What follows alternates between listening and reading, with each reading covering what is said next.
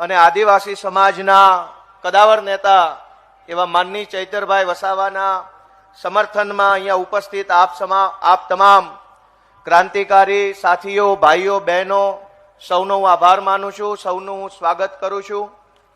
અને આજે આ સભાના માધ્યમથી આપણે બધાએ એક નવો સંકલ્પ લેવા જઈ રહ્યા છીએ કે બદલાવ લાવીશું.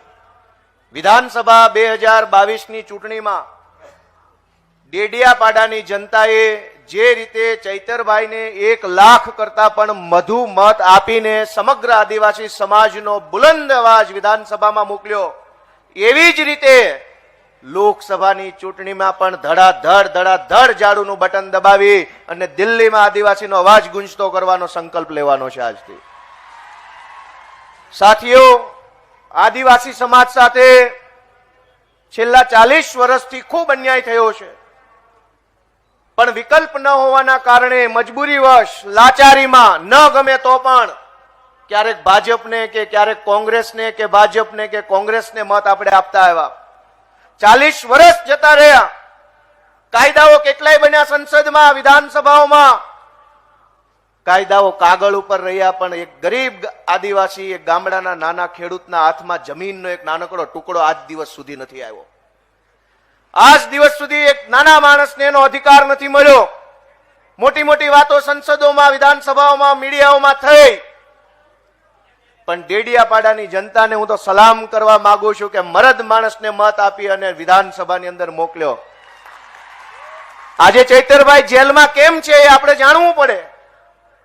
હું તો રહ્યો એમનો વકીલ, માય લોર્ડ.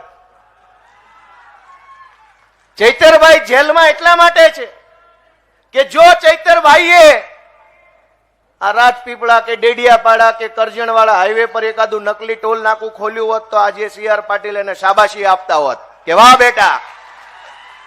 પણ એને નકલી ટોલ નાકું નથી ખોલ્યું એટલે એ જેલમાં છે. જો એમણે પેપર ફોડ્યા હોત તો હર્ષ સંઘવી એને શાબાશી આપતા હોત કે વાહ બેટા, સરસ કામ કર્યું. પણ એમણે આદિવાસીઓના બાળકો માટે શિષ્યવૃત્તિ માટે લડાઈ લડ્યા, કરોડો રૂપિયાની શિષ્યવૃત્તિ રિલીઝ કરાવવાનું કામ કર્યું, એટલે ચૈતરભાઈ રાજપીપળાની જેલમાં છે.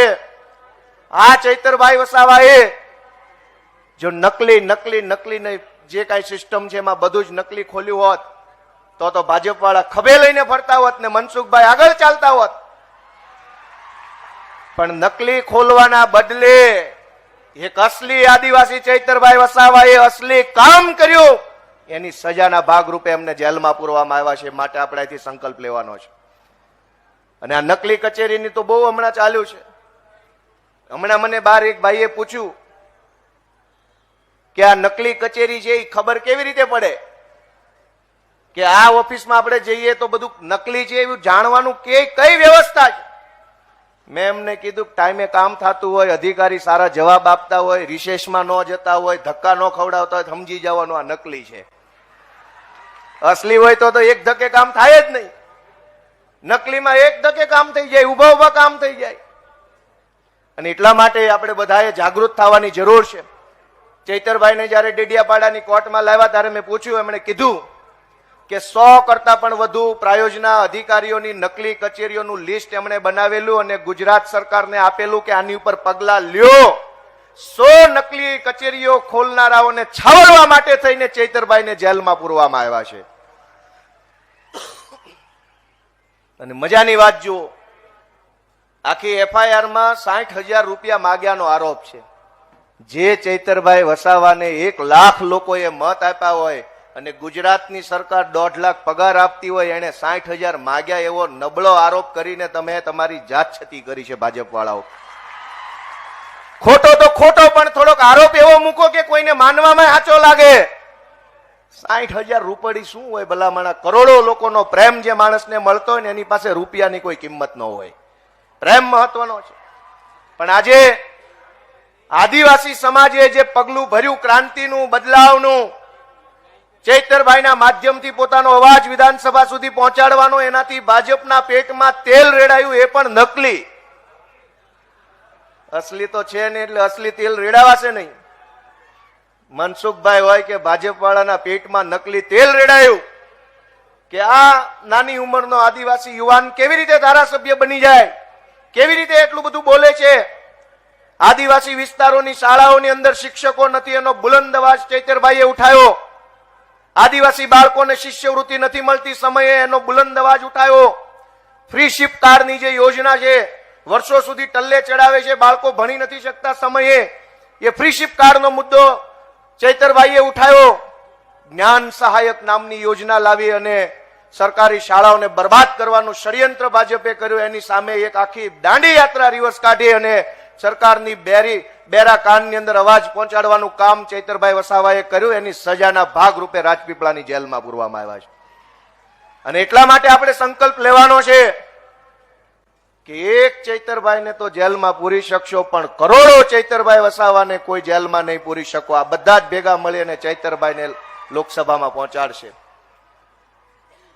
સાથીઓ, એક ગંભીર બાબત આપણે સમજવી જોઈશે કે દુનિયાના છેલ્લા 100 વર્ષના ઇતિહાસમાં કોઈ સમાજ, કોઈ જ્ઞાતિ કે કોઈ વ્યવસ્થાએ પ્રગતિ કરી હશે તો એના મુખ્ય 3 કારણ છે. કે કોઈ સમાજે આગળ વધવું હોય તો એની પાસે જમીન જોઈએ, જમીન ન હોય એની પાસે ધંધો જોઈએ, અને ધંધો ન હોય એની પાસે શિક્ષણ જોઈએ. આ 3 માંથી એક વસ્તુ જેની પાસે હોય એ ફટાફટ પ્રગતિ કરે. ગુજરાતનો દાખલો લ્યો કે દેશનો દાખલો લ્યો, જેની પાસે જમીન છે એ સદ્ધર છે, સક્ષમ છે, આગળ છે. જેની પાસે ધંધો છે એ પણ આગળ છે, જે ભણેલો છે એ આગળ છે. નખોદ જાય આ ભાજપ વાળાનું કે આદિવાસી પાસે આજે આઝાદીના આટલા વર્ષ પછી પણ જમીન નથી, ધંધો નથી અને શિક્ષણ પણ પહોંચવા દીધું નથી. નખોદ જાય આવા ભાજપ વાળાનું. એનું કુળનો નાશ થવો જોઈએ. એક જમીનનો ટુકડો માગે 1 એકરનો, અરજી કરો, પેન્ડિંગ પેન્ડિંગ પેન્ડિંગ. ભાજપના CR પાટીલની આગળ પાછળ ફરવા વાળા ફાઇલ મૂકે એટલે બીજા દિવસે મંજૂર થઈ જાય. કરોડો વીઘા, કરોડો એકર જમીન સરકારી આપી દેવામાં આવે. પણ એક આદિવાસી એમ કે 2 એકર ખેડી ખાવા માટે, ઘર ચલાવવા માટે, બાળ બચ્ચાનું પેટ ભરવા માટે આપો. દાવાઓ મંજૂર કરવામાં નથી આવતા. હવે તો અહીંથી સંકલ્પ લઈને જવાનું છે કે આ ભાજપ વાળા દાવો મંજૂર કરે કે ન કરે, પણ આ વખતે લોકસભામાં ભાજપનો દાવો આપણે બધાએ ના મંજૂર કરવાનો છે ને ચૈતરભાઈનો દાવો મંજૂર. એ શું આપણો દાવો મંજૂર કરવાના? આપણે નક્કી કરશું કે કોણ મંજૂર અને કોણ ના મંજૂર. સાથીઓ, આપણી પાસે મેં કીધું એમ જમીન નથી, ધંધો નથી. એક રસ્તો વધ્યો છે કે જો થોડું ઘણું સારું વ્યવસ્થિત શિક્ષણ મળી જાય તો બીજી પેઢીએ પણ આપણે એક સારું, એક ડિગ્નિટીફુલ લાઈફ આપણે જીવી શકીએ એમ છીએ. આ તમામ વિસ્તારોમાં ચાલતી આશ્રમ શાળાઓ છે એને બરબાદ કરવાનો ઠેકો ભાજપ વાળાએ લીધો છે. સમયસર ગ્રાન્ટો મળે નહીં, શિક્ષકોની ભરતી થાય નહીં, લાગવગિયા માણસોને ભરતી કરવામાં આવે, સરકારી શાળાઓને મર્જરના નામે બંધ કરવામાં આવે. અને આટલું અધૂરું હોય એમ હમણાં જ અહીંયા નસવાડીમાં ઘટના બની. એક બેન સરકારી બસ ન હોવાના કારણે પ્રાઇવેટ ગાડીમાં બેઠી, એમની સાથે જે ઘટના બની એનો તો જાહેરમાં ઉલ્લેખ શું કરવો, છતાંય એકદમ શરમ વગરના માણસો ગુજરાતના ગાંધીનગરમાં બેઠા છે અને ખદેડી અને ચૈતરભાઈ જેવા બાહોશ મરદ માણસોને આપણે દિલ્હી સુધી પહોંચાડવાના છે. સાથી મિત્રો, આદિવાસી સમાજને પેસા કાનૂન અંતર્ગત જે અધિકારો મળવા જોઈએ, આદિવાસી પંચાયતોની જે ગ્રામ પંચાયતો છે એને સ્વાયત્તતા મળવી જોઈએ. બંધારણની અનુસૂચિ 5 અને અનુસૂચિ 6 મુજબ જે આદિવાસી ક્ષેત્રો જાહેર થવા જોઈએ એની અંદર રૂઢિચુસ્ત પ્રણાલિકા પ્રમાણે શાસન થવું જોઈએ. મનસુખભાઈ આમ તો બહુ મોટી મોટી વાતો કરે છે, પણ એટલા બધા મોટા માણસ હોય તો જાઓ પેસા કાનૂન લાગુ કરાવો ને અપાવો અધિકારો પેસા કાનૂન અંતર્ગત.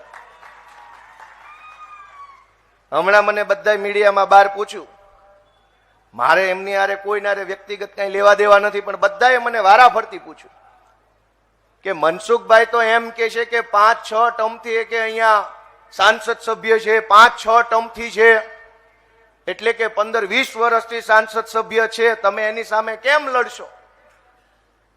આજ ભાજપ વાળાની સરકાર કાયદો લાવી છે 15 વર્ષ જૂનું વાહન નહીં હાલે. મનસુખભાઈ એમ કે છે કે હું 20 વર્ષ જૂનો છું. કેવી રીતે ચાલે? અહીંયા તો એક જ ચાલે, ચૈતર વસાવા ચાલે. જૂનું કઈ નહીં ચાલે, નવું ચાલે. ક્રાંતિકારી હશે એ ચાલશે. સાથી મિત્રો, જ્યારથી આમ આદમી પાર્ટી રાષ્ટ્રીય પાર્ટી બની છે, તમે બધાએ ખૂબ પ્રેમ, ખૂબ મત, આશીર્વાદ આપી, ધારાસભ્યો બનાવી, 40 લાખ મત આપી, 14% મત આપી, આ નાની એવી આમ આદમી પાર્ટીને રાષ્ટ્રીય કક્ષાએ પહોંચાડી છે, ત્યારથી બધા જ ભાજપ વાળાને ખૂબ પેટમાં ચૂંક આવવાનું ચાલુ થઈ ગયું છે કે આ આટલી ઝડપે આગળ વધે છે તો ક્યાંક ત્યાં સુધી પહોંચી જાય નહીં. અને એટલા માટે માત્ર ચૈતરભાઈ વસાવા નહીં, દિલ્હીની અંદર પણ આમ આદમી પાર્ટીને પરેશાન કરવામાં આવી રહી છે. દેશની અંદર સૌથી સારી સ્કૂલ બનાવવા વાળા, આખા દેશની અંદર શિક્ષણ ક્રાંતિ કરવા વાળા મનીષ સિસોદિયાને જેલમાં પૂરી દેવામાં આવ્યા છે 1 વર્ષથી. એમનો ગુનો શું? એમનો ગુનો એટલો જ કે એમણે નકલી સરકારી કચેરી બનાવવાના બદલે અસલી સરકારી સ્કૂલ બનાવી, એટલે મનીષ સિસોદિયાને જેલમાં પૂરી દીધા છે. સત્યેન્દ્ર જૈન આમ આદમી પાર્ટીના ક્રાંતિકારી નેતા, સ્વાસ્થ્ય મંત્રી હતા, એમણે સારા મોહલ્લા ક્લિનિક બનાવ્યા, સારામાં સારી આરોગ્ય વ્યવસ્થા મળે એવું કામ કર્યું. ભાજપ વાળાએ એમને જેલમાં પૂર્યા છે. અને હવે બાકી રહ્યું છે તો આ લોકો અરવિંદ કેજરીવાલને પણ પકડી અને જેલમાં પૂરવા માંગે છે. દોસ્તો, આપણે આ થવા દેવું જોઈએ કે ના થવા દેવું જોઈએ? જણાવો જોઈએ.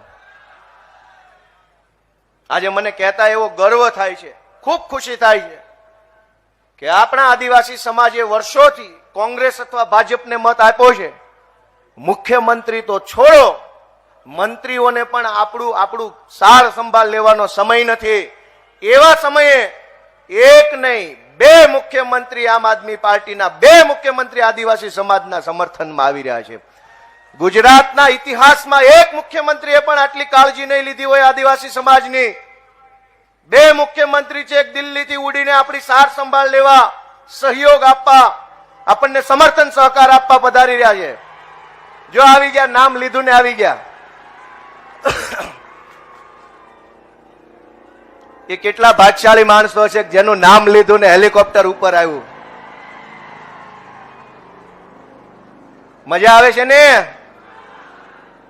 તો જે રીતે ભાજપ વાળા આમ આદમી પાર્ટીને ખતમ કરવા, આમ આદમી પાર્ટીના તમામ નેતાઓને જેલમાં પૂરવા માંગે છે, ત્યારે ભાજપને જવાબ આપતી એક કવિતા હું લખીને લાવ્યો છું. જો બધાની હા હોય તો વાંચી સંભળાવું. ભાજપ વાળા ઈચ્છે છે કે ઈડી, સીબીઆઈ, પોલીસ પાછળ લગાડી, ખોટા કેસ કરી તમે આમ આદમી પાર્ટીના ક્રાંતિકારીઓને કે અરવિંદ કેજરીવાલને રોકી શકશો, તો એવું ક્યારેય થવાનું નથી. કેમ? હવે સાંભળજો કે કિતની ભી તુમ કર લો કોશિશ, મોડાણી કે દલાલ नहीं झुकेगा भारत मां का लाल अरविंद केजरीवाल.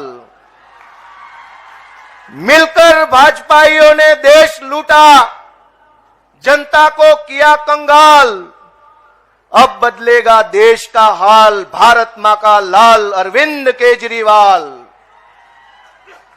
क्या रे कायर, क्या रे डरपोक, ए रे कायर, कितनी भी तू बना ले ईडी सीबीआई की ढाल, उखाड़ नहीं सकेगा एक भी बाल, यह है भारत मां का लाल अरविंद केजरीवाल.